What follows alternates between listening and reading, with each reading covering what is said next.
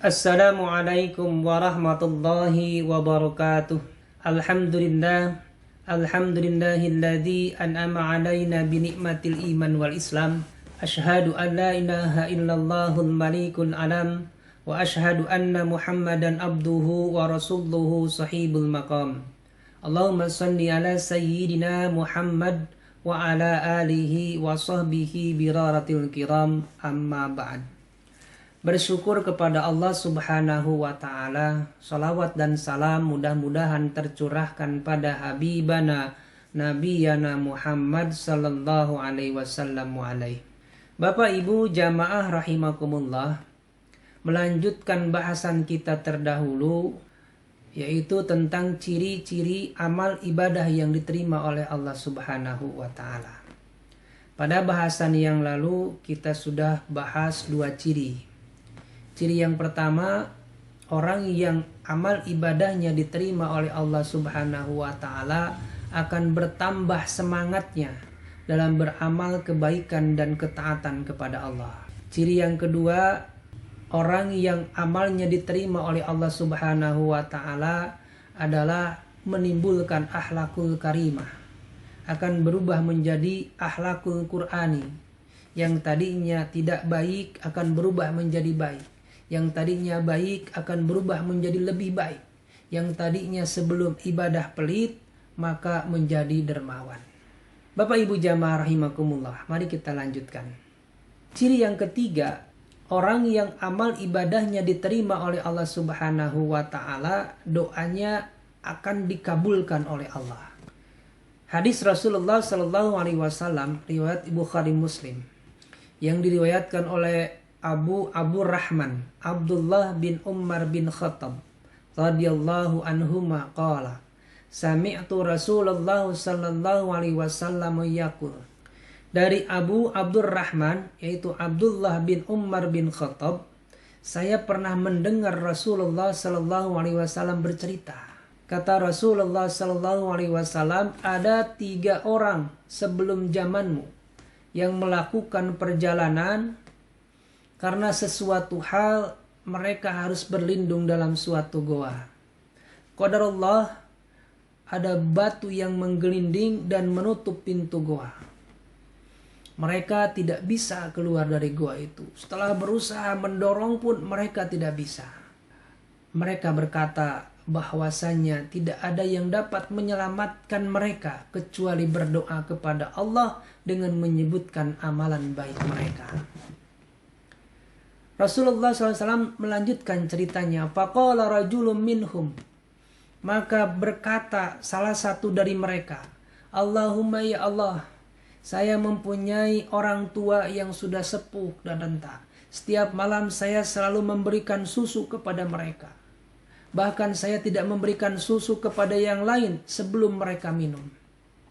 Pada suatu hari saya datang ke malaman dan saya mendapatkan orang tua saya sudah pada tidur. Sudah tidur lelap. Lalu saya siapkan susu dan saya bawa ke hadapan mereka. Tapi saya tidak berani membangunkan mereka. Saya tunggu mereka hingga bangun. Ternyata mereka bangun di waktu subuh. Saya terjaga terus membawa itu susu di hadapan mereka. Ya Allah, yang aku lakukan itu karenamu ya Allah. Jika amalku diterima, maka selamatkanlah kami dari kesukaran ini. Maka batu pun bergeser. Namun mereka masih belum bisa keluar. Qala Nabi sallallahu alaihi wasallam, lalu Nabi Muhammad sallallahu alaihi wasallam melanjutkan ceritanya. Orang kedua berdoa, ya Allah, saya mencintai putri paman saya mencintai keponakan saya menginginkannya, saya sangat mencintainya. Tapi dia menolaknya. Sakitnya tuh di sini ya Allah. Hingga beberapa tahun kemudian dia mendatangiku karena dia membutuhkan uang. Lalu aku janjikan kepada dia akan kuberikan 120 dinar, tapi dengan syarat dia mau tidur denganku. Hingga suatu hari yang telah ditentukan dan saya siap untuk melakukan hal tersebut. Tiba-tiba putri pamanku, si keponakanku itu berkata, Tidak halal bagimu membuka cincin kecuali dengan yang benar. Itu bahasa kiasan. Artinya tidak halal bagimu untuk melakukan ini kecuali harus menikah dulu. Saya kaget ya Allah, saya tercengang ya Allah, saya lepaskan gadis itu, saya lepaskan keponakan itu. Dan uangnya pun saya berikan tanpa syarat. Yang aku lakukan itu karenamu ya Allah, karena takut kepadamu ya Allah. Jika amalku diterima, maka keluarkanlah aku dari kesukaran ini. Tiba-tiba batu pun bergeser, namun mereka masih belum bisa keluar. Qala Nabi sallallahu alaihi wasallam, lalu Nabi melanjutkan ceritanya. Orang ketiga pun berdoa, Allahumma ya Allah, saya mempunyai beberapa pegawai, saya membayar gaji mereka, namun ada satu yang belum terbayar. Sehingga suatu hari dia meninggalkanku. Lalu gajinya aku kembangkan, aku modalkan. Sehingga berkembang pesat. Menjadi banyak dari kambing, unta, dan lain sebagainya. Hingga suatu saat dia datang kepada aku menagih janjinya, menagih upahnya. Wahai hamba Allah, saya datang ke sini untuk mengambil upahku. Maka aku tunjukkan ke ladang, itulah upahmu. Ada beberapa sapi, kambing, dan lain sebagainya. Dia berkata, janganlah bercanda wahai hamba Allah. Saya tidak bercanda, maka saya ambil semua harta itu, saya kasihkan ke dia tanpa sisa sedikit pun ya Allah.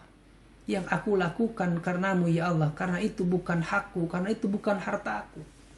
Jika amalanku diterima, maka bukakanlah ya Allah, maka lepaskanlah kesukaran kami ya Allah. Maka batu pun bergeser sehingga mereka bisa keluar. Bapak Ibu jamaah rahimakumullah.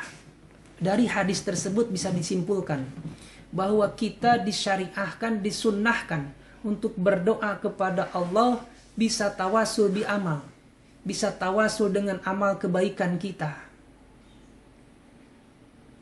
Misalnya, ya Allah ya Rabb, saya melakukan puasa dengan imanan wahtisaban, melakukan sholat dengan imanan wahtisaban, dengan iman, dengan ikhlas ya Allah.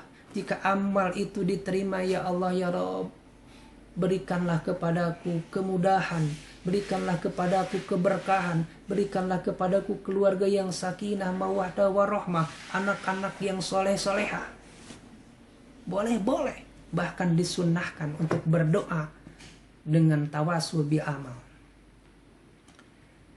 Bapak Ibu jamaah rahimakumullah. Jadi ciri yang ketiga, amal yang diterima oleh Allah Subhanahu wa taala, doanya terkabul. Doanya dikabulkan oleh Allah Subhanahu wa taala. Bapak Ibu jamaah rahimakumullah. Ciri yang ketiga, orang yang amal ibadahnya diterima oleh Allah Subhanahu wa taala, banyak manusia yang mencintai dan menghargai orang tersebut. Jika amal ibadah kita karena Allah, puasa kita karena imanan wahtisaban, puasa kita dengan iman dan keikhlasan, dan diterima oleh Allah, maka akan mengundang cintanya Allah. Dan seandainya Allah sudah mencintai kita, maka seluruh manusia, seluruh penghuni bumi akan mencintai dan menghargai kita. Sebagaimana hadis sahih Muslim, sesungguhnya Allah Subhanahu wa taala jika mencintai seseorang, maka dia akan memanggil Jibril. Wahai Jibril, saya mencintai si fulan, maka cintailah dia. Lalu Jibril akan berseru di atas langit, wahai penghuni langit, bahwa Allah mencintai si fulan, maka cintailah dia.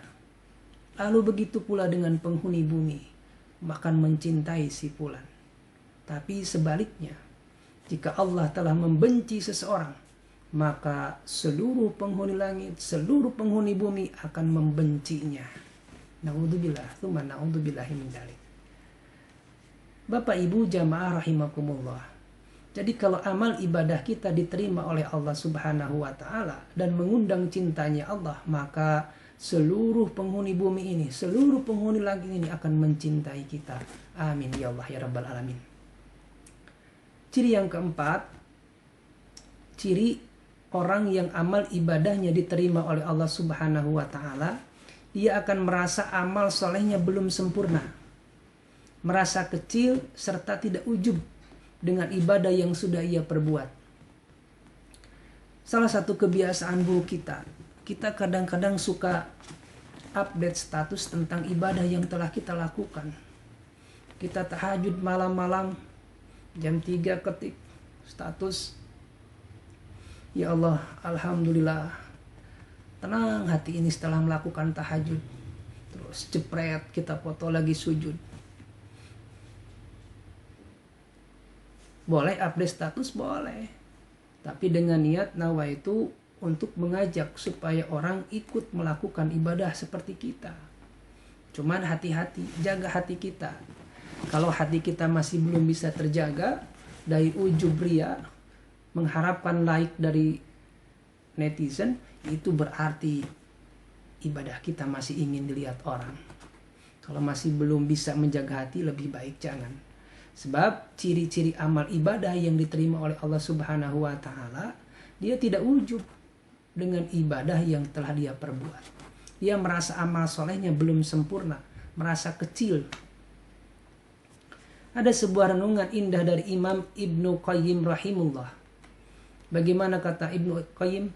Wa alamatu qabuli amalik. Dan adapun tanda-tanda diterimanya amal, itu adalah saat hati merasa amal solehnya masih hina dan kecil.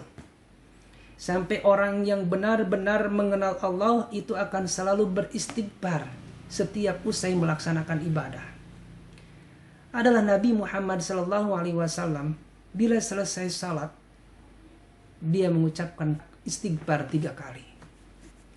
Nabi Muhammad SAW yang salatnya begitu sempurna, yang salatnya begitu baik, masih istighfar 3 kali. Lah kita, salatnya yang masih ngambang, pikirannya masih melayang-layang. Sekarang coba setelah salat, kalau amal ibadah kita diterima oleh Allah Subhanahu wa Ta'ala, dia akan merasa amal ibadah kita itu masih belum sempurna, masih jauh belum sempurna. Kita istighfar. Salat itu kan ada 3 rukun. Rukun kauli, rukun fi'li, rukun qalbi. Rukun kauli, rukun ucapan. Takbir, fatihah, tasahud, sholawat, salam. Rukun fi'li itu perbuatan, berdiri, ruku, i'tidal, sujud, duduk di antara 2 sujud, dan seterusnya. Rukun qalbi itu hati, niat, dan khusyuk. Ketika habis sholat, kita istighfar 3 kali. Istighfar pertama, ya Allah, ampuni dosaku jika dalam sholat rukun bacaan kami tidak sempurna, tajwidnya, mahrajnya masih jauh. Istighfar kedua, ya Allah, jika rukun fi'li kami, perbuatan kami masih jauh, mungkin sujudnya belum sempurna, duduk antara 2 sujudnya belum sempurna. Istighfar yang ketiga, ya Allah, ampuni hati kami, mungkin niat kami yang belum benar, mungkin khusyuk kami yang belum sempurna. Setelah sholat istighfar. Jadi kalau orang yang amal ibadahnya diterima oleh Allah, dia akan merasa amal ibadahnya itu merasa masih jauh dari sempurna. Makanya ketika setelah selesai ibadah, dia akan istighfar, meminta ampun kepada Allah Subhanahu wa Ta'ala. Bapak Ibu jamaah rahimakumullah, sudah selesai tanda-tandanya, ciri-cirinya orang yang amal ibadahnya diterima oleh Allah Subhanahu wa Ta'ala. Yang pertama sampai kelima, kita coba muhasabah puasa kita. Apakah puasa kita ini kira-kira diterima oleh Allah atau tidak? Kita bisa diukur. Yang pertama, setelah selesai puasa, apakah kita semakin semangat untuk melaksanakan puasa sunnah? Apakah kita semakin semangat untuk beribadah, untuk tahajud, untuk tadarus? Kalau diterima, kita akan semakin semangat. Yang kedua, apakah setelah puasa akhlak kita akan berubah? Akan berubah menjadi lebih baik, akan berubah menjadi akhlakul karimah. Yang ketiga, apakah doa kita dikabulkan atau tidak? Yang keempat, apakah setelah puasa semakin banyak orang yang mencintai kita, menghargai kita? Yang kelima, apakah hati kita merasa ibadah kita, puasa kita itu masih jauh dari sempurna. Kalau perasaan itu ada, insya Allah berarti amal ibadah kita diterima oleh Allah Subhanahu wa Ta'ala. Bapak Ibu jamaah rahimakumullah, mari kita berdoa kepada Allah Subhanahu wa Ta'ala seperti doa yang pernah kita bahas di bahasan yang pertama. Allahumma inna as'aluka ilman nafi'a wa rizqan tayyiba wa amalan mutaqabbala. Allahumma ya Allah, inna as'aluka, sesungguhnya aku memohon kepada Engkau ilman nafi'a, ilmu yang bermanfaat, wa rizqan tayyiba, dan rezeki yang baik, wa amalan mutaqabbala, dan amal-amal ibadah yang diterima oleh Allah Subhanahu wa Ta'ala. Mudah-mudahan puasa kita, tahajud kita, tarawih kita, tadarus kita, i'tikaf kita diterima oleh Allah Subhanahu wa Ta'ala. Amin ya Allah ya rabbal alamin. Mohon maaf apabila ada kesalahan dan kekeliruan. Billahi taufiq wal hidayah. Wassalamualaikum warahmatullahi wabarakatuh.